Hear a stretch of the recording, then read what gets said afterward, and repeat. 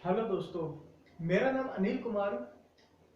Physics by AJ YouTube channel में आपका स्वागत है। ठीक है, तो लास्ट वीडियो में हमने पढ़ा था electric field due to dipole, और उसमें हमने दो केस की स्टडी की थी। एक केस तो था कि उसके अक्षीय रेखा पर स्थित किसी बिंदु पर विद्युत क्षेत्र का मान, और एक हमने फाइंड किया था निरक्षीय रेखा पर स्थित किसी बिंदु पर विद्युत क्षेत्र का मान।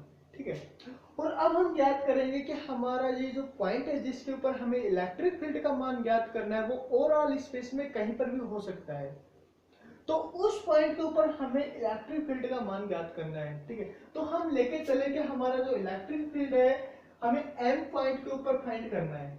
ठीक है, और जिसका जो पोजीशन है वो क्या है, आर थीटा।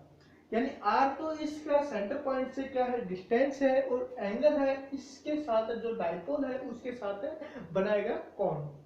ठीक, एंगल। तो उसके इस पॉइंट के ऊपर हमें इस डाइपोल के कारण इलेक्ट्रिक फील्ड फाइंड करना है। ठीक है, अब इसके लिए हमारे टू टाइप से डाइपोल मोमेंट होंगे। ठीक है, तो हमें इसके डाइपोल मोमेंट को हमें कंपोनेंट में तोड़े तो एक तो कंपोनेंट होगा इसके एक्सिस के अलोंग और एक कंपोनेंट होगा इसके परपेंडिकुलर। ठीक है, तो एक्सिस के अलोंग जो कंपोनेंट होगा हमारा डाइपोल मोमेंट का वो क्या आएगा, p cos थीटा, और इसके जो परपेंडिकुलर में जो हमारा कंपोनेंट आएगा वो क्या आएगा, p sin थीटा। ठीक है, अब हमें इन दो कंपोनेंट की सहायता से हमें क्या फाइंड करना है, इलेक्ट्रिक फील्ड फाइंड करना है। अब इलेक्ट्रिक फील्ड होगा एक तो इस डाइपोल मोमेंट के कारण अलोंग एक्सिस इलेक्ट्रिक फील्ड होगा, और एक इस डाइपोल मोमेंट के कारण परपेंडिकुलर डायरेक्शन में इलेक्ट्रिक फील्ड होगा। ठीक है, तो यहाँ पर हमारे टू टाइप्स इलेक्ट्रिक फील्ड होंगे। एक तो होगा परपेंडिकुलर डायरेक्शन में। परपेंडिकुलर डायरेक्शन में हम जानते हैं हमारा जो इलेक्ट्रिक फील्ड होता है वो क्या होता है, k upon r cube p perpendicular. और परपेंडिकुलर डायरेक्शन में हमारा जो इसका कंपोनेंट है वो क्या आया, पी साइन थीटा। ठीक है, अब एक आएगा इसके पैरेलल एक्सिस, या हम बोल सकते हैं अक्षीय रेखा पर डाइपोल मोमेंट के कारण। ठीक है, तो वो आ गया हमारा 2kp अपॉन आर क्यूब, और इस डायरेक्शन में क्या आएगा हमारा कोस थीटा। ठीक है, अब हमें क्या फाइंड करना है, इसका मैग्नीट्यूड हमें फाइंड करना है। ठीक है, तो मैग्नीट्यूड अतः परिणामी विद्युत क्षेत्र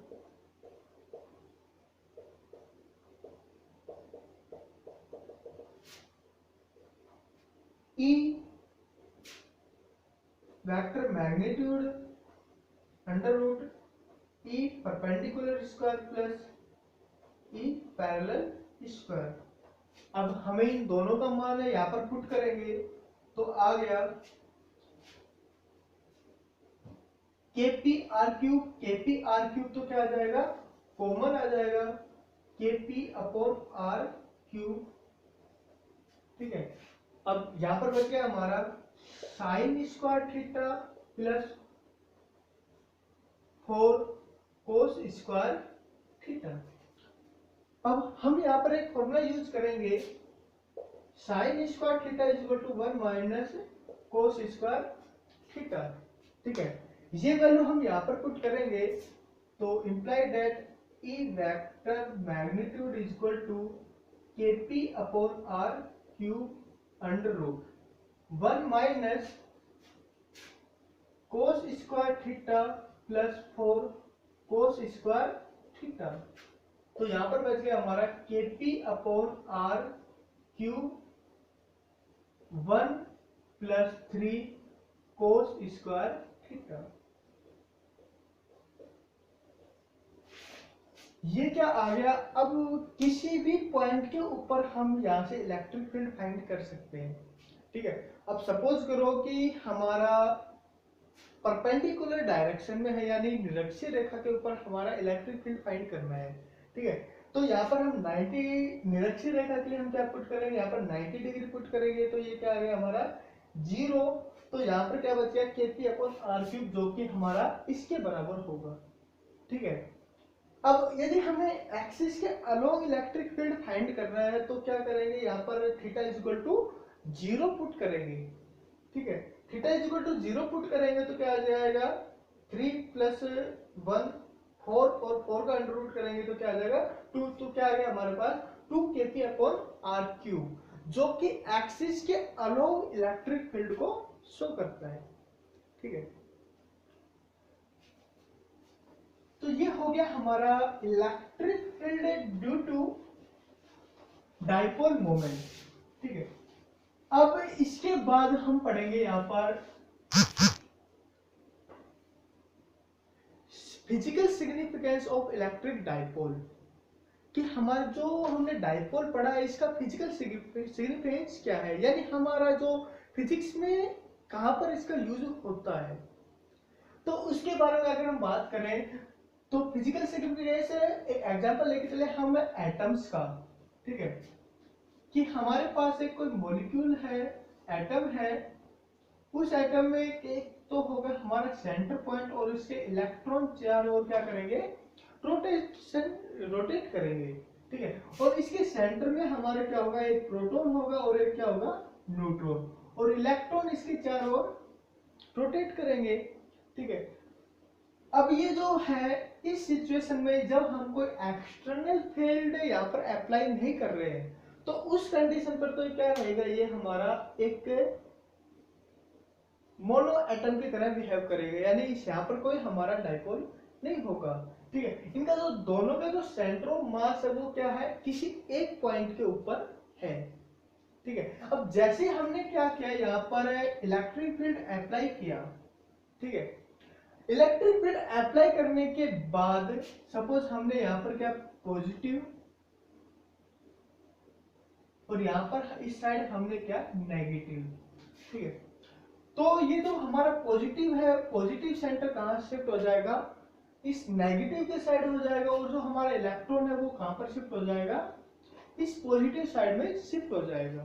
ठीक है, तो अगर हम इसकी स्ट्रक्चर देखें तो क्या आ जाएगा इस तरीके से, तो यहाँ पर तो आ गया हमारा इलेक्ट्रॉन, यहाँ पर आ गया हमारा प्रोटॉन। अब ये इस कंडीशन पर जो हमारा जो एटम था वो क्या हो गया डाइपोल, यहाँ पर क्या बन गया एक डाइपोल बन गया। ठीक है, तो अब ये जो हमारा एटम है वो डाइपोल की तरह बिहेव करेगा।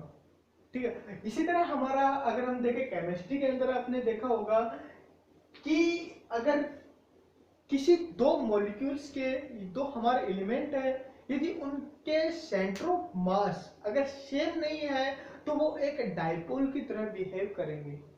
ठीक है, जैसे हम फॉर एग्जांपल ले HCl।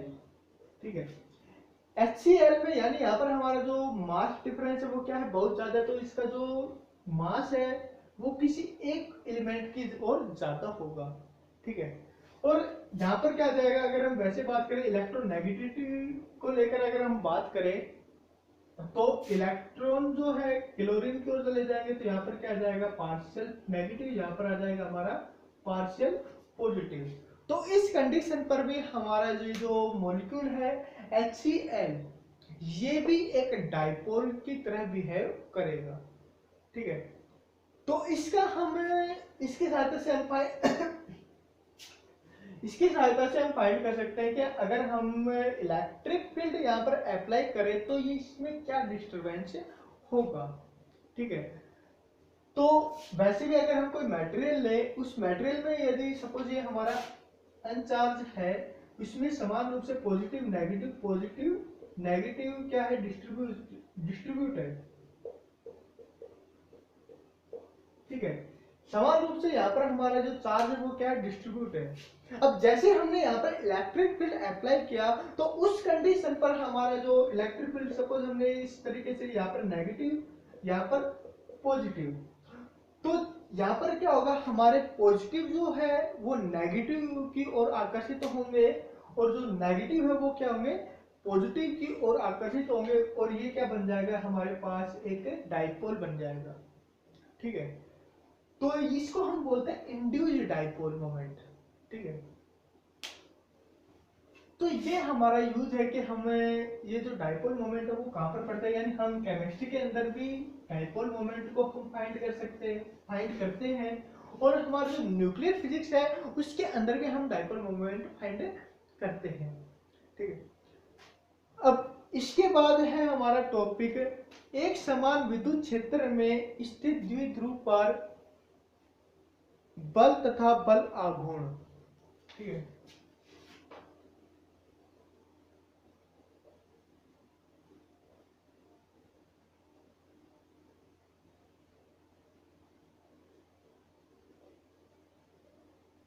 एक समान विद्युत क्षेत्र में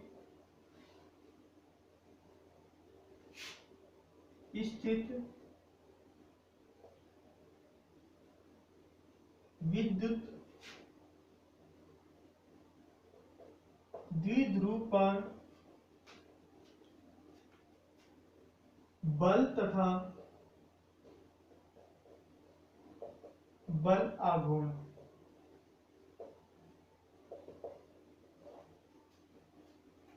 बल आघूर्ण, ठीक है,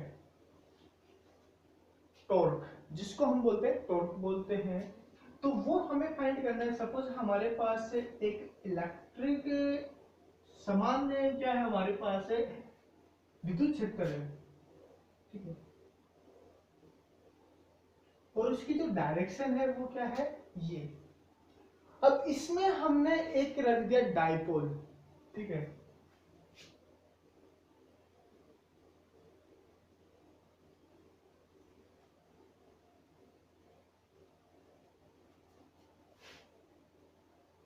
ठीक है, हमने यहाँ पर एक डाइपोल रख दिया प्लस क्यू माइनस क्यू, और इसकी जो डिस्टेंस है वो क्या है 2b।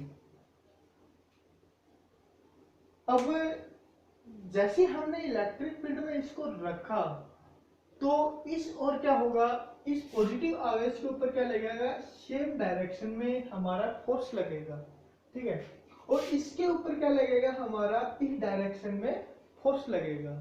ठीक, अगर हम वैसे ही इसको एग्जांपल के द्वारा देखें कि सपोज हमारा जो स्टार्टिंग में जो डाइपोल है वो क्या है, परपेंडिकुलर है, ठीक है, परपेंडिकुलर है। जैसे हमने इसको इलेक्ट्रिक फील्ड में रखा तो ये पॉजिटिव जो आवेश है, पॉजिटिव आवेश इस ओर फोर्स लगेगा, नेगेटिव आवेश पर इस ओर फोर्स लगेगा, तो हमारा ये जो रोड है वो क्या हो जाएगा, रोटेट हो जाएगा। तो उस कंडीशन पर क्या हो, सपोज हमारे ये क्या आ गया, अब इसके पैरेलल आ गया, ठीक है।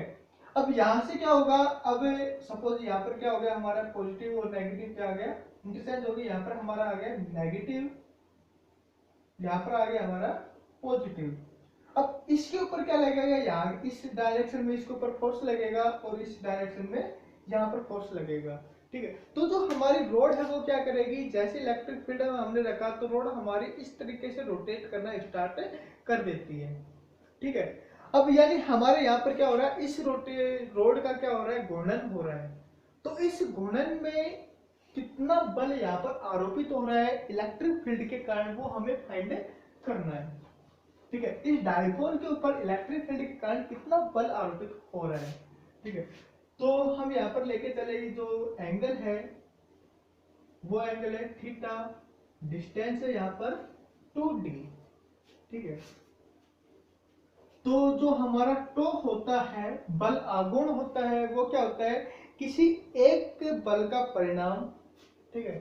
तो इस डायरेक्शन में अगर हम बल ज्ञात करें तो क्या हो जाएगा, क्यू ई, और इस डायरेक्शन में माइनस क्यू के कारण कह रहे हैं माइनस क्यू ई, ठीक है।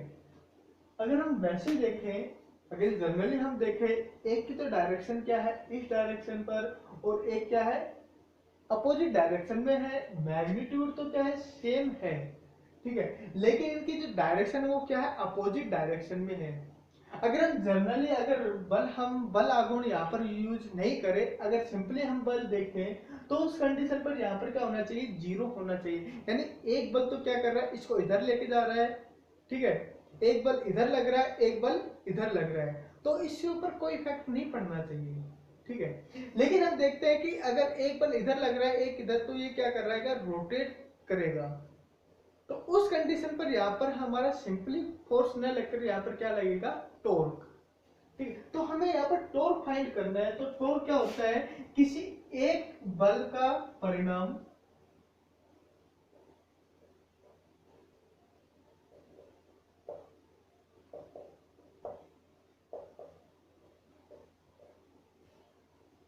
किसी एक बल का परिमाण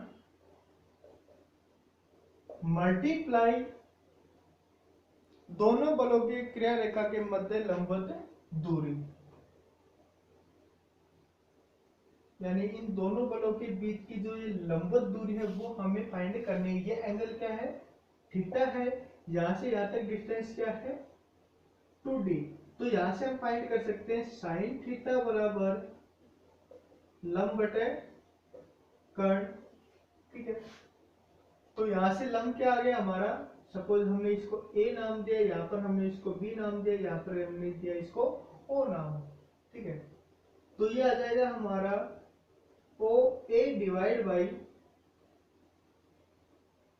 ए बी। ठीक है, ओ ए हमने डिस्टेंस मान ली, जो परपेंडिकुलर डिस्टेंस है वो क्या ले ली हमने, एल। ठीक है, एल डिवाइड बाई कर्ण की जो डिस्टेंस है वो क्या आ गई हमारी 2d। ठीक है, 2d डिस्टेंस आ गई, तो यहां पर एल बराबर क्या आ गया हमारा 2d साइन थीटा। ठीक है, तो परपेंडिकुलर डिस्टेंस, इन दोनों जो बल है उनके बीच की परपेंडिकुलर डिस्टेंस क्या है। ठीक है, उनका जो मल्टीप्लाई होगा वो क्या होगा हमारा बल आघूर्ण। तो किसी एक बल का परिणाम हमारा क्या आ गया, क्यू ई मल्टीप्लाई एल का मान क्या आ गया 2d साइन थीटा। ठीक है, या e multiply q 2d sine theta बराबर, इसका मान हम जानते हैं ये क्या होता है हमारा P बल आघूर्ण के बराबर होता है, सॉरी विद्युत द्विध्रुव आघूर्ण के बराबर होता है। तो ये क्या हो जाएगा हमारा मल्टीप्लाई P साइन थीटा।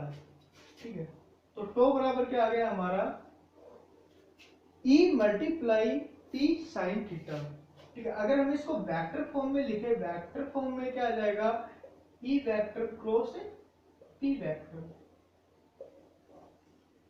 यानी इलेक्ट्रिक फील्ड तथा इलेक्ट्रिक डाइपोल मोमेंट के वेक्टर जो हमारा मल्टीप्लाई है उसके बराबर क्या होता है टॉर्क, विद्युत द्विध्रुव आघूर्ण। ठीक है, तो ये हो गया हमारा जो इलेक्ट्रिक डाइपोल मोमेंट है, इलेक्ट्रिक डाइपोल मोमेंट टॉपिक। ठीक है, धन्यवाद।